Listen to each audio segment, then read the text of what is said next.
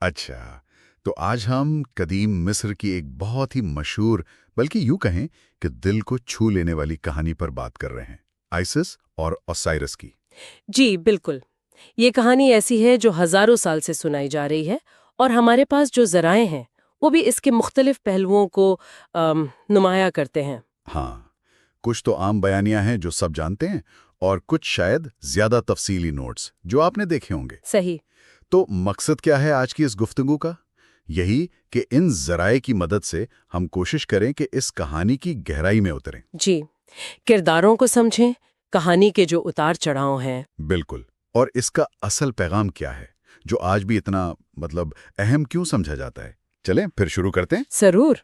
اچھا، تو کہانی کے جو مرکزی کردار ہیں وہ کون ہیں؟ سب سے پہلے تو اوسائرس ہیں۔ جی، اوسائرس، جنہیں بعد کی زندگی کا دیوتا مانا جاتا ہے، ایک یوں سمجھے بہت دانشمند اور مہربان حکمران کے طور پر دکھایا گیا ہے۔ صحیح، اور پھر ان کی بیوی آئسس۔ آئسس، محبت، جادو اور سب سے بڑھ کر وفاداری کی دیوی، بہت طاقتور کردار ہے یہ۔ یقیناً، اور ان کا ایک بھائی بھی ہے جو مسئلہ کھڑا کرتا ہے۔ سیٹ۔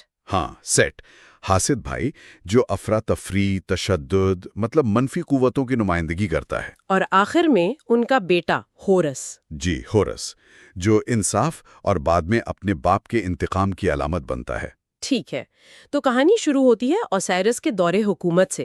ایک بڑا پرامن اچھا دور بتایا جاتا ہے۔ جی بالکل، ذرائع بتاتے ہیں کہ وہ ایک مثالی بادشاہ تھا جس نے مصر کو قانون دیا، تہذیب سکھائی۔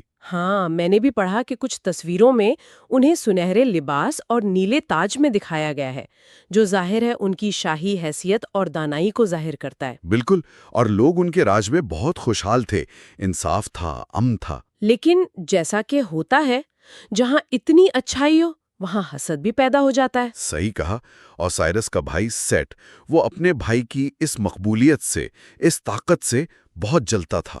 اور یہ صرف جلن نہیں تھی، ہے نا؟ کچھ ذرائع تو کہتے ہیں کہ وہ اقتدار کا بھوکا تھا، وہ چاہتا تھا کہ یہ سارا نظام ہی ختم ہو جائے۔ جی، وہ صرف حاسد نہیں تھا، وہ ایک طرح سے افراتفری کا ایجنٹ تھا۔ وہ بس موقع کی تلاش میں تھا کہ کب اوسائرس کو راستے سے ہٹائے۔ اور وہ موقع اسے مل بھی گیا۔ اس نے ایک بڑا شاندار قسم کا صندوق بنوایا۔ ہاں، لکڑی کا خوبصورت صندوق۔ کچھ روایات میں تو اس کی تفصیلات بھی ملتی ہیں کہ کس لکڑی کا تھا، کیا نقش و نگار تھے۔ اچھا، واہ! پھر اس نے ایک بڑی دعوت کی۔ جی، ایک بہت بڑی دعوت جس میں سارے دیوتا آئے، اور وہاں اس نے اعلان کیا کہ یہ جو قیمتی صندوق ہے یہ میں اس دیوتا کو تحفے میں دوں گا جو اس میں بالکل پورا آ جائے۔ یہ تو بڑی چالاکی تھی۔ بہت۔ تو کئی دیوتاؤں نے کوشش کی، کوئی لمبا نکلا، کوئی چھوٹا رہ گیا، کوئی موٹا تھا، کوئی بھی فٹ نہیں آیا۔ کوئی بھی نہیں۔ آخر میں اوسائرس نے کہا، چلو میں بھی کوشش کرتا ہوں۔ اور جیسے ہی وہ صندوق میں لیٹے، وہ بالکل ناپ کے نکلے۔ اسی لمحے سیج پر اس کے جو ساتھی تھے وہ آگے بڑھے۔ فوراً ڈھکن بند کر دیا۔ جی، ڈھکن بند کیا، کیلیں ٹھوک دیں مضبوطی سے، اور پھر اس صندوق کو اٹھا کر سیدھا نیل ندی کی لہروں میں بہا دیا۔ اف، یہ تو سیدھا سیدھا دھوکہ، قتل کی سازش تھی۔ بالکل، اور یہاں سے کہانی کا رخ ایک دم بدل جاتا ہے۔ اب آئسس کا کردار سامنے آتا ہے۔ ہاں، یہ بہت اہم موڑ ہے۔ آئسس کا رد عمل کیا تھا؟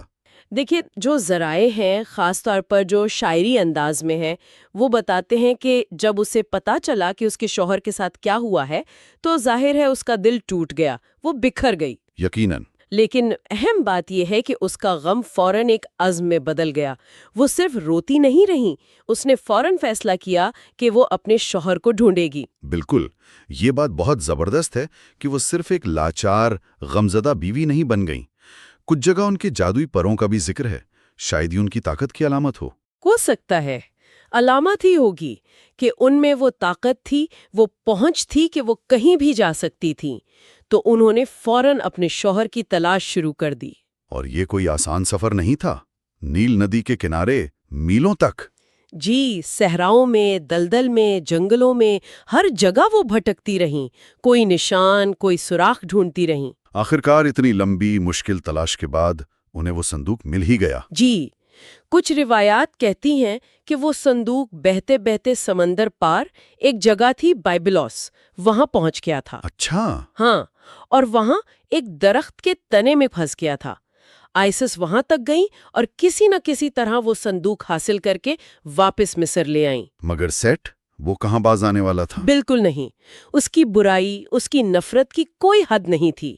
جب اسے پتا چلا کہ آئسس اوسائرس کے جسم کو واپس لے آئی ہے تو وہ تو غصے سے پاگل ہو گیا۔ خدایا! اس نے رات کے اندھیرے میں چھپ کر وہ صندوق ڈھونڈا، اسے کھولا اور پھر اس نے اوسائرس کے جسم کے ٹکڑے ٹکڑے کر ڈالے۔ کتنے ٹکڑے؟ 14 سنا ہے میں نے۔ جی، زیادہ تر روایات میں 14 کا ہی ذکر ہے۔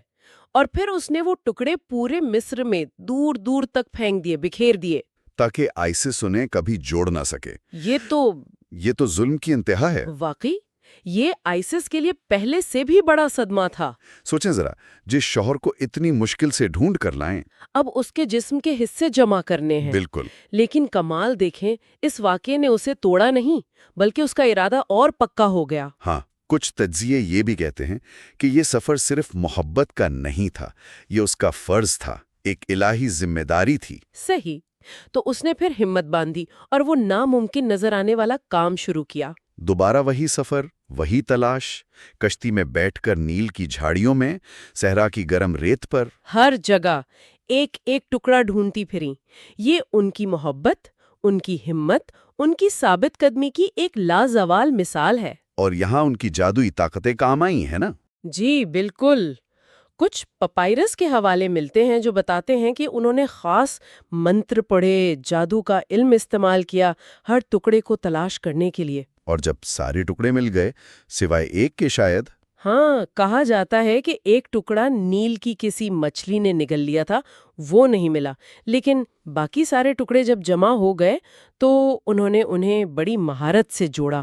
اور پھر اپنی جادوئی طاقت سے جو ان میں تھیں، انہوں نے اوسائرس کے جسم میں کچھ دیر کے لیے، مطلب عارضی طور پر، زندگی کی رمق پیدا کی۔ واہ، یہ تو حیرت انگیز ہے۔ جی، اور اسی مختصر جادوئی وصال کے دوران آئسس نے اپنے بیٹے ہورس کو کنسیو کرنے کی، حاملہ ہونے کی طاقت حاصل کی۔ یہ کہانی کا ایک اور اہم موڑ ہے۔ بالکل۔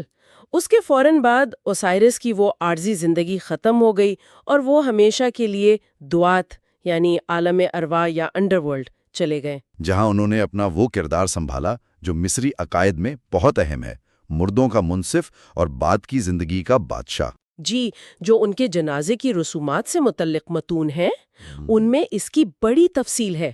تو اب کہانی کا اگلا باب شروع ہوتا ہے، ہورس کا باب۔ جی، ہورس آئسس اور اوسائرس کا بیٹا، جسے اس کی ماں نے بڑے ناز سے اور بڑی حفاظت سے پالا، چھپا کر رکھا سیٹ سے۔ اسے اکثر عقاب کے سر کے ساتھ دکھایا جاتا ہے نا، جو تیز نگاہی، شاہی وقار کی علامت ہے۔ بالکل، اور بچپن سے ہی اس کے دل میں ایک آگ تھی، اپنے باپ کے ساتھ جو ہوا اس کا بدلہ لینا ہے اور اپنا جائز حق، مصر کا تخت واپس لینا ہے۔ تو بڑا ہو کر اس نے وہی کیا، اپنے چچا سیٹ کو چیلنج کیا۔ جی، اس نے سیٹ کو للکارا اور پھر ان دونوں کے درمیان دیوتاؤں کی ایک بڑی، لمبی اور بہت زبردست جنگ چھڑ گئی۔ یہ صرف تلواروں کی لڑائی نہیں ہوگی، میرے خیال میں جادو ٹونا بھی چلا ہوگا۔ بہت۔ ذرائع بتاتے ہیں کہ یہ جادوئی طاقتوں کا، چالوں کا، غرض ہر طرح کا مقابلہ تھا۔ کہتے ہیں زمین آسمان لرز اٹھے تھے ان کی لڑائی سے۔ اس جنگ کا اصل مطلب کیا تھا؟ مطلب صرف خاندانی جھگڑا تو نہیں تھا یہ؟ تو یہ قدیم مصری سوچ کے دو بنیادی اصولوں کا ٹکراؤ تھا۔ اچھا، وہ کیا تھے؟ ایک طرف ہورس تھا جو مات کی نمائندگی کر رہا تھا، مات یعنی نظم، سچائی، انصاف، کائناتی توازن۔ ٹھیک ہے۔ اور دوسری طرف سیٹ تھا جو اس فیٹ کی علامت تھا، یعنی افراتفری، جھوٹ، ظلم، بے ترتیبی۔ تو یہ نیکی اور بدی کی جنگ تھی ایک طرح سے۔ بالکل۔ اس جنگ کا نتیجہ صرف مصر کے تخت کا فیصلہ نہیں کرنا تھا، بلکہ یہ طے کرنا تھا کہ کائنات میں نظم غالب آئے گا یا افراتفری۔ اور آخر میں جیتا کون؟ کئی سخت مقابلے ہوئے، دونوں طرف نقصان ہوا۔ ایک مشہور کہانی ہے کہ ایک لڑائی میں سیٹ نے ہورس کی ایک آنکھ نکال دی تھی، اوہ! لیکن پھر حکمت کے دیوتا تھوت نے اسے جادو سے ٹھیک کر دیا، اور وہی آنکھ پھر واجد یا ہورس کی آنکھ کہلائی۔ ہاں، وہ تو بہت مشہور علامت ہے مصر کی۔ تحفظ کی، شفا کی۔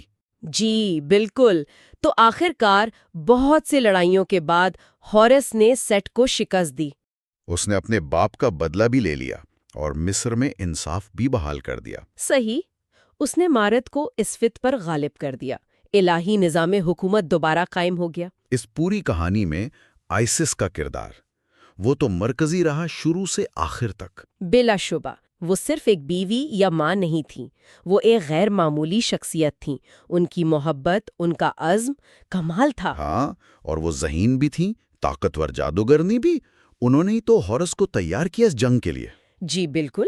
ایک طرح سے دیکھیں تو آئسس کی محبت اور دانش ہی تھی جس نے آخر میں انصاف کی جیت کو ممکن بنایا۔ اور یہ کہانی صرف لکھی بھی نہیں رہی، یہ لوگوں کے دلوں میں اتر گئی۔ بہت زیادہ۔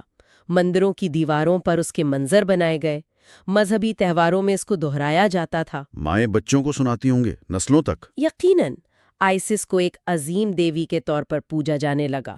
وہ ایک ماں، بیوی، محافظ، سب کچھ تھیں۔ وہ ایک امید بن گئی کہ محبت، وفاداری، ہمت، یہ چیزیں موت اور افراتفری جیسی بڑی طاقتوں پر بھی غالب آ سکتی ہیں۔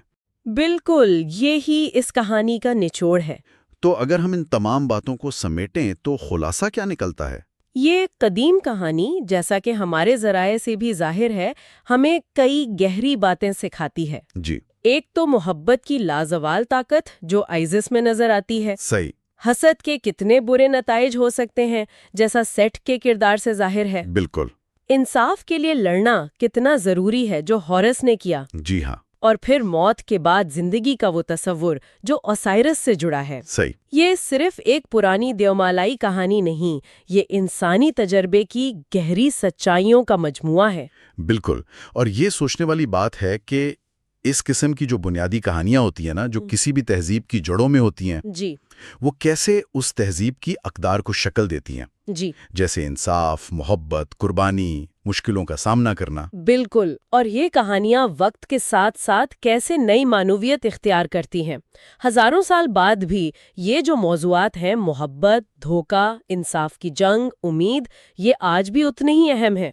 ہاں، یہ ہمیں سوچنے پر مجبور کرتے ہیں کہ آج کی دنیا میں جہاں ہمیں اکثر افراتفری یا عفیف نظر آتی ہے، جی کیا وہاں محبت اور انصاف یعنی ماؤست کے لیے ویسی ہی اٹل جدوجہد ممکن ہے؟ کیا وہ ضروری ہے؟ یہ ایک بہت اہم سوال ہے۔ شاید اس کہانی کا یہی لازوال پیغام ہے۔ اسی گہری سوچ کے ساتھ میرے خیال میں آج کی یہ گفتگو ہم یہیں ختم کرتے ہیں۔ جی۔